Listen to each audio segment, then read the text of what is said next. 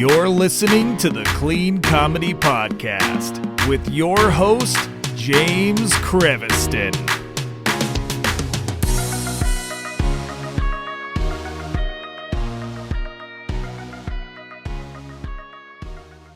Hey, everybody, it's James. Welcome to the Clean Comedy Podcast. And today I have a great guest today. She is a comedian, a writer, a podcaster from Bowling Green, Kentucky. I've never been there. I heard it's beautiful, though. She's born in Indiana, raised in Kentucky. She is the 2020 Clean Comedy Champion. She's been on Hoobilly. She's done so much stuff. So we're going to talk to her today. Please welcome the very funny, the very talented June Colson. Welcome, June. Or June. Hello. Should we call you Junebug or do we call you June? Like, I don't know. I don't feel like I should call you Junebug. I feel like that's wrong. No, of course. Like that's my closest friends, James. I feel like we're tight like that. So yeah, you can call me Junebug. It's I think for a lot of people who aren't in Indiana, Kentucky, Tennessee, even Alabama, maybe Mississippi, nicknames are super common. It's what a lot of us go by. My whole family, I do a whole bit about all the different nicknames in our family. But I think for other people who aren't necessarily in that culture, it's weird for them. It's weird for them to just call somebody. So you call me whatever makes you comfortable. Well, I grew up in Texas and those are common too. So I never went by James growing up. It was always JD, right? That was what I was always called. And then like everyone I knew was some other name that you didn't know their real name. Oftentimes you just knew whatever everyone else called them. So that was like I'm used to that. But in California, it would be really weird if someone referred to somebody by a nickname. I don't think that works out here. Yeah. So my mom recently passed away, and the guy who runs the funeral home is a real good friend of mine. Graduated high school with my husband, married one of my friends. And so he was doing the obituary for my mom. And like, you don't even realize how much that is part of our family. My dad goes by Hotdog. He's a lot of my material is about my daddy Hotdog. And my mama went by Mo. Her name was Ava. She went by Mo. So as Chris is doing the obituary, he was like, "Oh, Hotdog, I don't know that I've ever heard your name before." And we're like, "Oh, well, he's Richard." Well, then my little brother is Richard, but he goes by Dewey. And my mom's brother was James, but he went by Bruno. And like everybody who we were listing in the obituary had an alias. Like he was like, "I can tell you in 27 years working in the funeral home business, I've never had this many people have a family member go by a random name, but it's my people." So that's awesome. Now let's talk about your comedy career. Like, when did you get started? How did that process happen? Kind of go tell us about that. Yeah. So 2017 is when I started doing comedy. It really wasn't anything that was on my radar. It was truly just a moment with God in church one day. And I'd say, he laid it on my heart that this was an adventure, a journey, in a way that he could use me in ministry, and then also just, to be a light and bring some laughter and joy. And little did I know, 3 years later, a pandemic was going to hit, and it would be a time in the world where you needed, as many comedians and as much laughter as we could pump into the world. So yeah, when I was younger, I grew up in low-income housing, government housing. My dad's name is Hotdog. I literally, I just had a really rough childhood. And so when I was younger, I used comedy as a defense mechanism. I was able to handle bullies with comedy. I was quick-witted.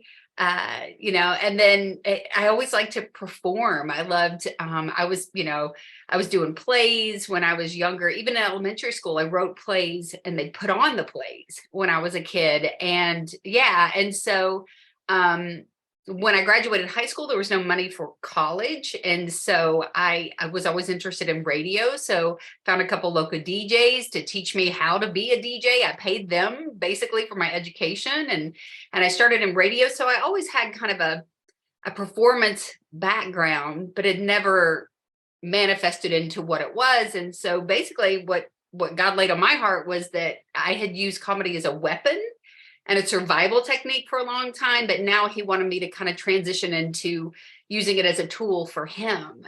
And so I was reluctant, but I tell people, like, when God calls you to something, he will lay your path so straight and so clear. So immediately I just started getting connected to people. I didn't understand the Christian comedy industry, the clean comedy industry, but right away I had mentors and friends like Jeff Allen, he's ridiculously amazing. And Shonda Pierce became a friend of mine. And I got a core group of clean comedy friends in the Christian comedy community. And it was just kind of take off from there. So, and I got to learn from some of the best of the best.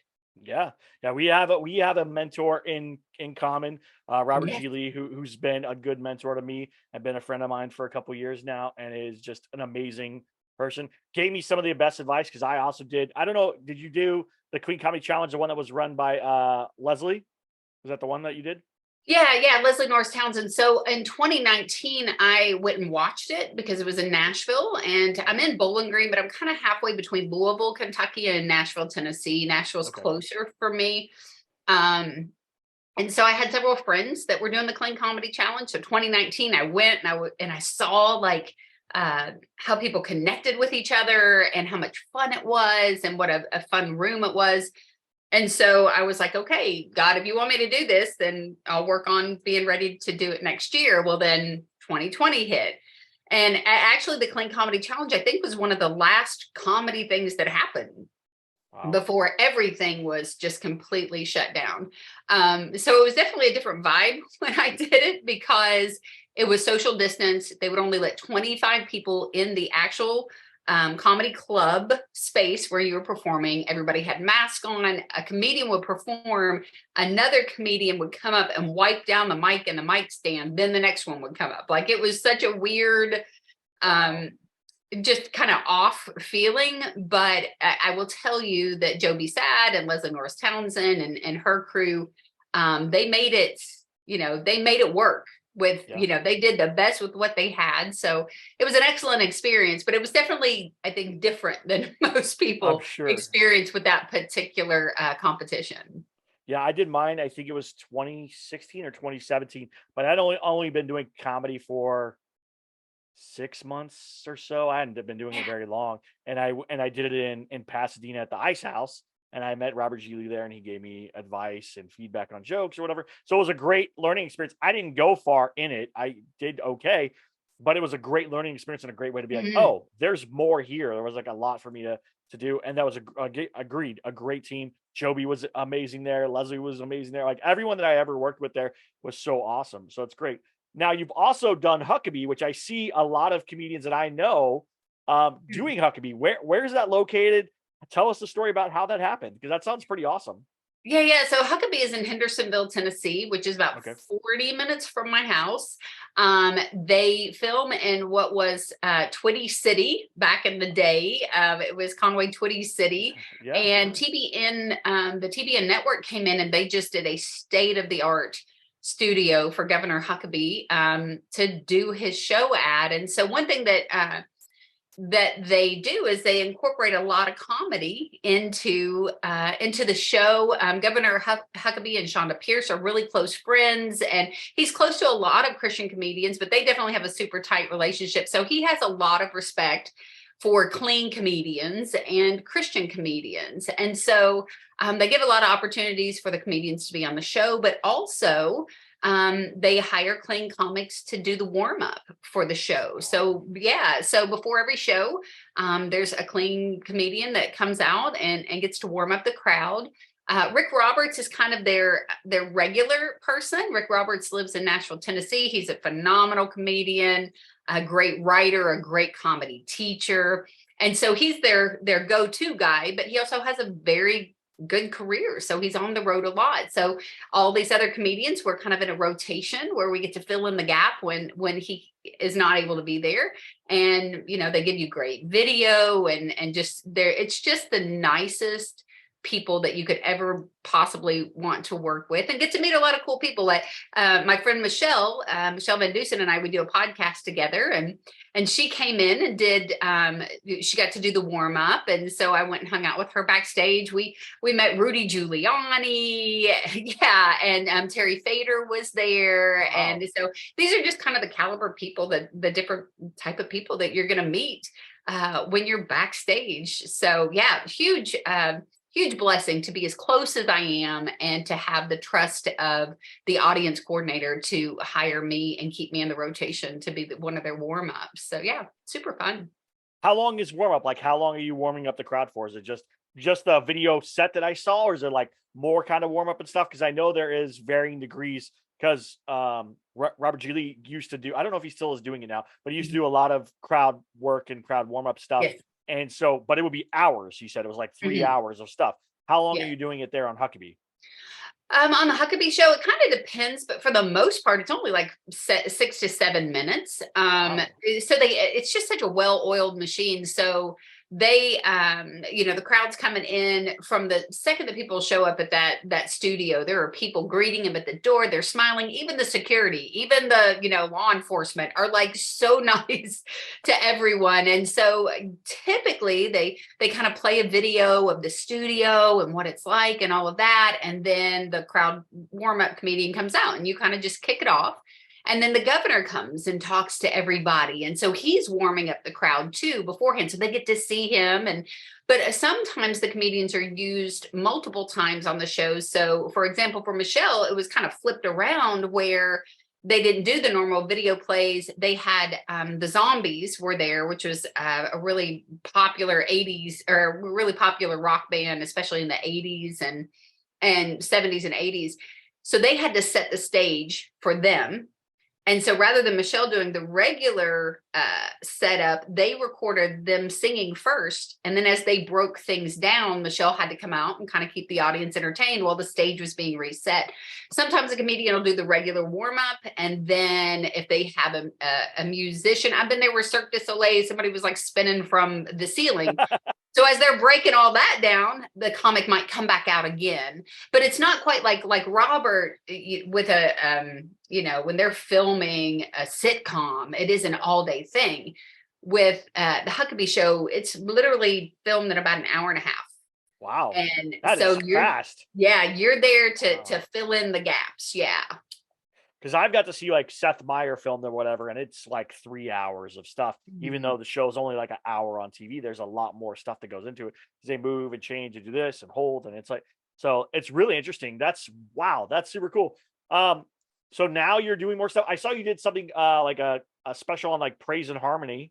Yes. How was that? How was filming a special and doing stuff like that? And what kind of work goes into that for you? Oh, that was really neat. So it's Praise and Harmony TV, and they put out a lot of content of like acapella Christian music, beautiful, beautiful music.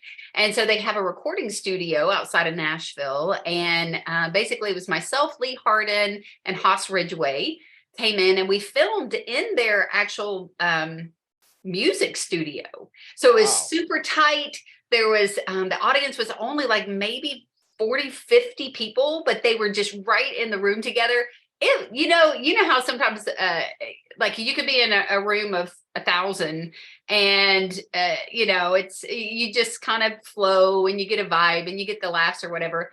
And then sometimes you can be in a room of 40 and it's like the best crowd you've ever been around. And for myself, Haas and Lee, like afterwards, we were all like, they were awesome. Like the crowd was so much fun. So that was just a really unique setup with just one of the best crowds I've ever performed in front of. Really, it was super fun.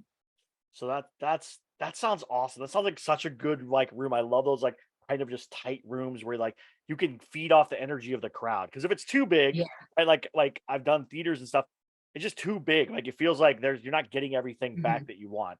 But a tight room is there. So you live out in Bowling Green. Is there a comedy club there that you perform at, or do you have to go to Tennessee? How does that work for you? No, there's no brick and mortar comedy club. There's a woman locally who has started producing shows, but it's kind of a moving room, and it's a little inconsistent right now. I've met with her, and super nice person, and so hopefully that'll eventually evolve into a brick and mortar location. But no, the closest comedy clubs that we have are Nashville and then Louisville, Kentucky. So I have to go an hour or an hour and a half to get to a comedy club. So for me, open mics and things like that, not necessarily like the best opportunities around me, but I have found amazing groups like where you and I have got to know each other, and Robert's writing room, just kind of get resourceful and find a way to work your material maybe in an unconventional way. I like Robert True because there's a bunch of comedians there who are working on material and there's positive feedback in the moment. Whereas if you go to open mic, you record yourself doing it or whatever, and then you leave and go, you listen to it and you go, well, I don't know, was it good? Because now it's hard to be objective at your own work sometimes when you're like, well, I think it was good, but maybe there needs a tweak, but I don't know what that tweak is. In our room, we get like, hey, you know what you could add? Here's a tag for this. Yes. Maybe redo this thing, tighten that there, whatever it is. And you get like a group of people that all know comedy that are doing the same thing. And then Robert comes in and gives you bing, bing, bing, bing, bing. And you go, that was great. Like I did a joke last night. That was a new joke. I literally wrote it and just had been editing it, hadn't performed it, but I was like, oh, I'll do it in the room. And the feedback from you and Robert and everybody was great about it. I was like, okay, well, there you go. That's exactly like, I didn't have to go wait an hour and a half at an open mic and for 5 minutes where nobody was going to listen anyways to see how it did. So it's pretty awesome. That's my favorite thing. Yeah. You know what I love too is that, so my friend Carrie joined us last night. She's a new comedian. I met her at the awesome. Christian Comedy Association last year. And she joined in and, you know, she's in Missouri. You're in California, right? But Robert's in California. We've got Michigan represented, Kentucky, I think Tennessee, like we're all different spots in the country. And one of the really valuable things about working with a group like that in the setting that we're in is that I may say something and it's a local, you know, I think we talked about yesterday, the monobrow and the unibrow. Well, I've never heard of monobrow before. I've used skeeter. I got a skeeter bite. Well, people in LA have no idea what a skeeter is. Like it's a mosquito, but I would say well, so then it's lost in translation and, you know, confusion kills comedy. Right. And so we're talking about my family and nicknames. I was writing with Robert one time in a separate group and somebody from California goes, wait a minute. Now your mom's Mo, your dad's Hotdog, your sister's Bobby Joe, your brother's Dewey. They're just not convincing. You need to pick other names.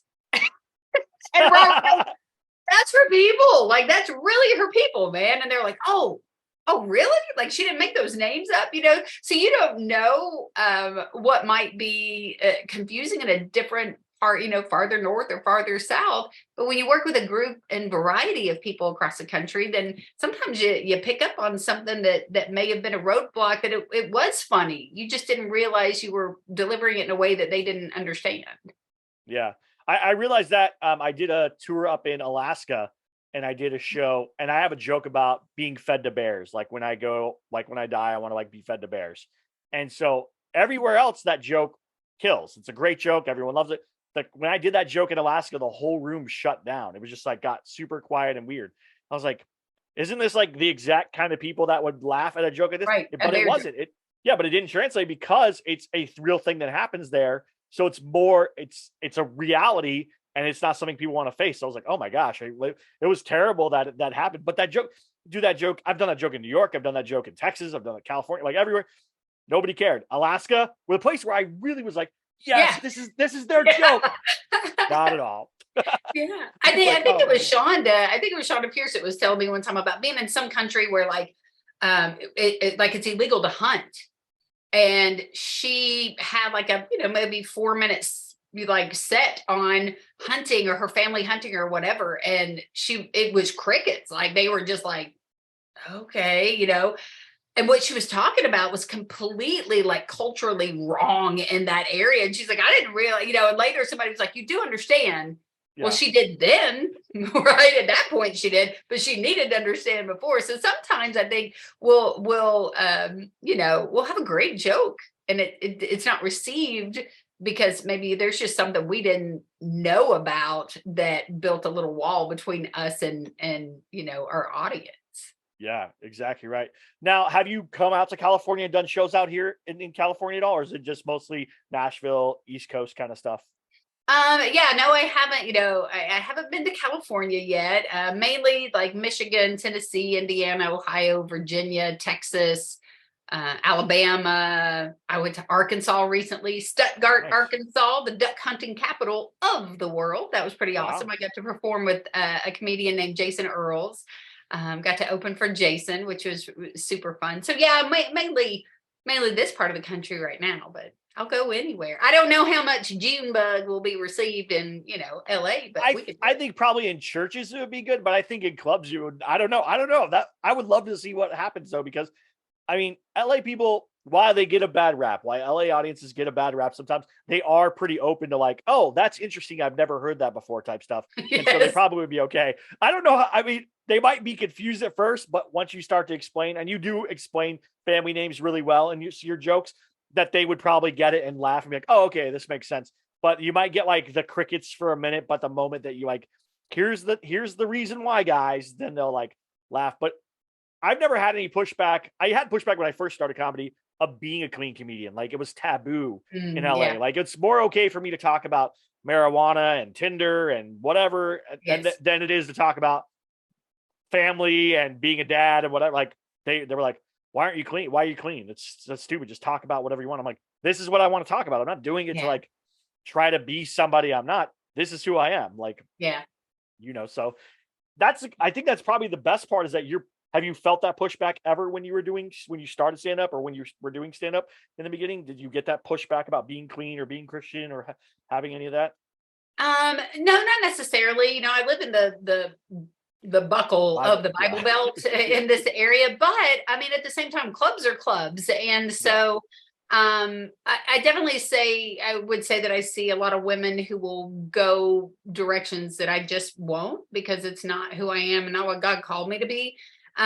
Maybe get more club opportunities than I do, but also the opportunities that I get, they pay pretty well. And, a lot of corporate gigs and churches and things like that. I think it just opens more opportunities when you're a clean comedian. And even some of the comics that I know that aren't clean and that I've worked with, they have to know how to do a clean set. Nate Bargatze, he's from Nashville, Tennessee. He's the it guy right now, right? He's phenomenal. He's my wife's favorite. Is he? Well, he should be. He's great. His dad, Steven, is one of my favorites. I always say Nate's great, but his dad, Steven, is phenomenal. Steven actually came in and performed for my husband's retirement party at the fire department here in Bowling Green. And I'm telling you, I adore that man. But, Nate, he's been, I think now, he's been on Jimmy Fallon like 9 times. His last special was rated G. And he's one of the most successful comedians in the country right now. But even like like Steven and I were talking, and he sometimes mentors other comics and stuff, and he said, I'll tell a lot of those guys in Nashville, like, Nate can't go on Jimmy Fallon 9 times if all he has is 5 minutes of clean material. Like, you get on shows like that because you can do a clean set. And really know how to do a clean set. But of course, that's just who their family is. Like you said, I'm not going to go that direction because that's not who I am. I would be posing. I'd be pretending. And eventually, as we know, people see who you are when you're on stage, and an audience will feel out of phony really quick. So if you're trying to be something you're not, you're wasting your time anyway. Yeah, that's true. So what do you have coming up? What things do you have anything that you want to promote? You can promote your podcast too, because I know you and Michelle have a great podcast. I have not been on that podcast. I know both of you. I knew Michelle before I knew you, but talk about that. Talk about how that podcast came out, and give us plug anything you want. Yeah, for sure. Excuse me. So I am on a podcast. I'm a co-host of the Laugh Support podcast. It's myself and Michelle Van Dusen. She's from Tulsa, Oklahoma. I am almost 6 foot tall when I'm in heels, and I think she's 4 foot nothing. So we are a great combination. And so what happened is when I first started doing comedy, Michelle was there the first night that I ever went on stage. Wow. She helped me kind of tweak the material that I was going to do so that I could have a great first experience when I went on stage. And she immediately became my laugh support. She was my person who was there for me. So the Hot Breath Comedy Network, which is the creation of Joel Byers, who has, and so Joel reached out to Michelle and myself and was like, I'd like to have something clean on my platform, and I love you guys and how you mesh together.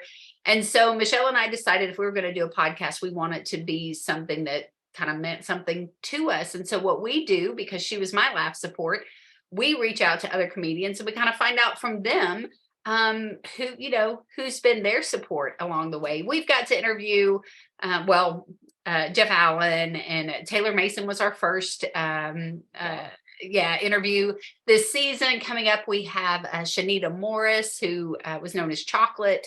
We've interviewed Sylvia Traymore Morrison, who was the first female African-American impressionist. Wow. Her manager was Red Fox when she was coming up. She did the roast for Muhammad Ali. She toured with Whitney Houston. So that's been a whole lot of fun. My heart's definitely into the podcast. So yeah, it's the Lap Support Podcast. And you can find that a little bit of anywhere. And then, I just have... I have some shows coming up with a lot of my friends, myself and Lee Hardin's invited me to do some of his theater shows. And I'm doing a showcase here in my hometown at my home church. So I'm going to have like 8 comics coming through: Brian Kahatsu, Mike James, Dory McLemore, Rhonda Corey, Christy Conder, Lee Hardin. So I'm just trying to produce some shows, making some stuff happen where things aren't happening. And and hoping to just see more gaps fill in the calendar this year. That's awesome. It's so funny because when you start listing names, I'm like, know them. Yes. Know them. It's so funny because it is a small community. Like we like to think like, oh, there's so many comedians in the world. There's not really as many as we think. When you start breaking it down, you're like, oh, there's not a lot of us. And there's not a lot of us that are just clean comedians either. Right. Like that's even smaller. Brian Kahatsu has been great to me. So kind, such a good person, and like always looked out for me. So like that anytime he does stuff, anytime I can support him, I'm like, Brian, what can I do to help you? Like, he's the best. Mike James was early in my career, also was super polite to me and nice to me. Like Rhonda, I've been on Rhonda's show. Like there's so many good people. And I think that's the best part about the clean comedy world is none of us are coming after each other. I feel like sometimes comedy gets competitive, especially in clubs, but in the clean comedy world, the Christian comedy world, that doesn't happen as much. It's like, okay, I know that there's only so many of us. We need to lift each other up. It becomes a lift up instead of a pull down type situation. Yes. So and really if you don't mind me mentioning, on that tip, I would hate not to mention this. The Christian Comedy Association has a retreat coming up outside of Indianapolis and Fishers, Indiana. That's June 5th, 6th, and 7th. Brian Kahatsu and myself hosted last year. They've invited us to come back and host again this year. And basically, it's just a retreat for Christian comedians to come together, pray together, learn from each other, and connect with each other. There'll be potentially a couple open mics going on around there. Some of the comedians are putting on shows. So if anybody's interested in coming to that, they can go to the christiancomedyassociation.org. We have a Facebook page as well, but christiancomedyassociation.org, and register for that, or reach out to me if you've got any questions. So it's near and dear to my heart, and it's where I met my best friends in comedy, and really my best friends in life at this point. So I do want to come. I missed it the year. I think it was supposed to be in Texas one year.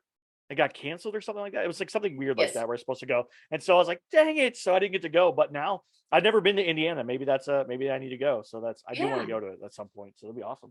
Well, thank you so much, June, for being on the podcast. I really appreciate it. I appreciate your time. You're amazing. You guys, I'm going to put all the links to June's website, to all of her stuff in the show notes. So you guys can check it out. Please don't forget to like and subscribe, and go check out her stand-up. Go check out her Huckabee clip. It's really good. It's so funny. The McDonald's spiel that you do is amazing. And then Chick-fil-A right after that is very good. So I wouldn't be able to do that, by the way. I can't remember that much stuff. So the fact that you were knocked that out, and then you did like on command, like you were like, no, I'll do Chick-fil-A. And then, and I was like, oh my gosh, like never in them. Do you know how long I sit at the Chick-fil-A menu to be like, I know what I already want, but I'm staring at the thing for like 15 minutes. So it's like, all right, whatever. I get it.